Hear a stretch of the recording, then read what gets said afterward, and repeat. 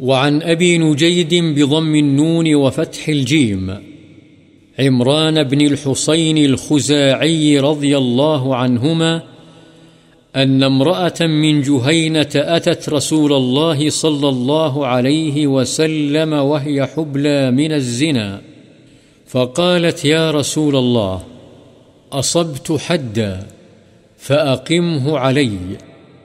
فدعا نبي الله صلى الله عليه وسلم وليها فقال: أحسن إليها، فإذا وضعت فأتني.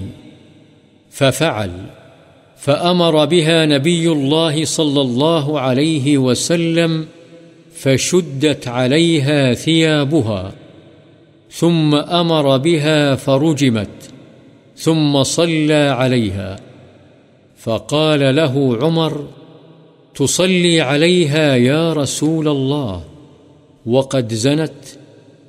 قال: لقد تابت توبة لو قسمت بين 70 من أهل المدينة لوسعتهم، وهل وجدت أفضل من أن جادت بنفسها لله عز وجل؟ رواه مسلم.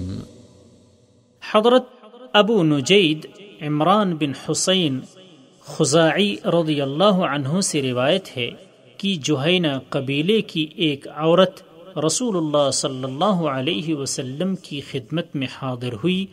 وہ ارتکاب زنا سے حاملہ تھی. اس نے آ کر کہا: یا رسول اللہ، مجھ سے حد والے گناہ کا ارتکاب ہو گیا ہے، آپ مجھ پر حد قائم فرما دیجئے. نبی صلی اللہ علیہ وسلم نے اس کے ولی یعنی وارث قریبی رشتہ دار کو بلایا اور فرمایا: اس کو اچھے طریقے سے اپنے پاس رکھو، اور جب یہ بچہ جن لے تو اس کے بعد اس کو لے کر آنا.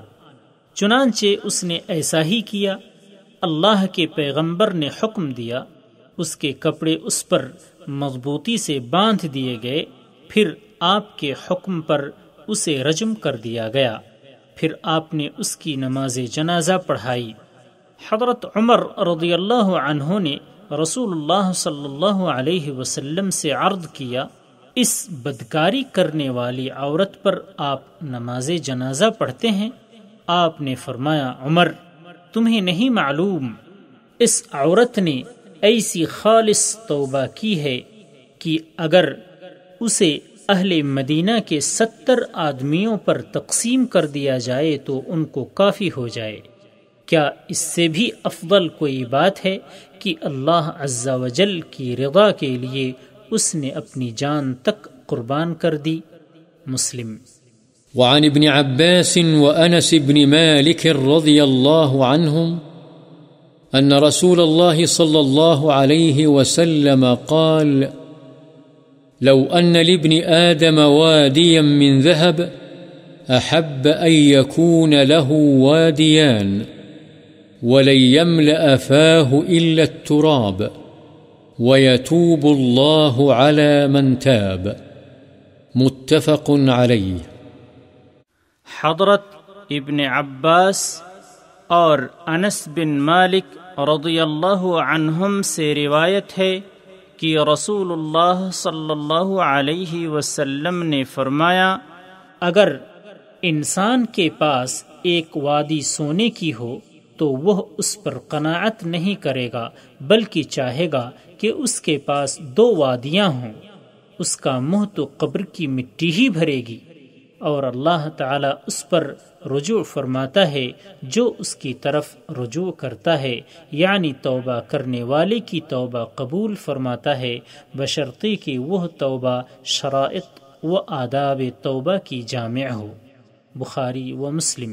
وعن أبي هريرة رضي الله عنه أن رسول الله صلى الله عليه وسلم قال: يضحك الله سبحانه وتعالى إلى رجلين يقتل أحدهما الآخر يدخلان الجنة، يقاتل هذا في سبيل الله فيقتل، ثم يتوب الله على القاتل فيسلم فيستشهد.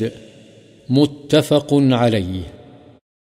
حضرت ابو ہریرہ رضی اللہ تعالی عنہ سے روایت ہے کہ رسول اللہ صلی اللہ علیہ وسلم نے فرمایا، اللہ تعالی دو آدمیوں کو دیکھ کر ہنسے گا جن میں سے ایک نے دوسرے کو قتل کیا ہوگا، وہ دونوں جنت میں داخل ہوں گی۔ یہ قتل ہونے والا اللہ کے راستے میں لڑتا لڑتا قتل یعنی شہید کیا گیا تھا، پھر اللہ تعالی نے اس کافر قاتل کو توبہ کی توفیق دے دی اور وہ مسلمان ہو کر اللہ کی راہ میں شہید ہو گیا۔ بخاری و مسلم۔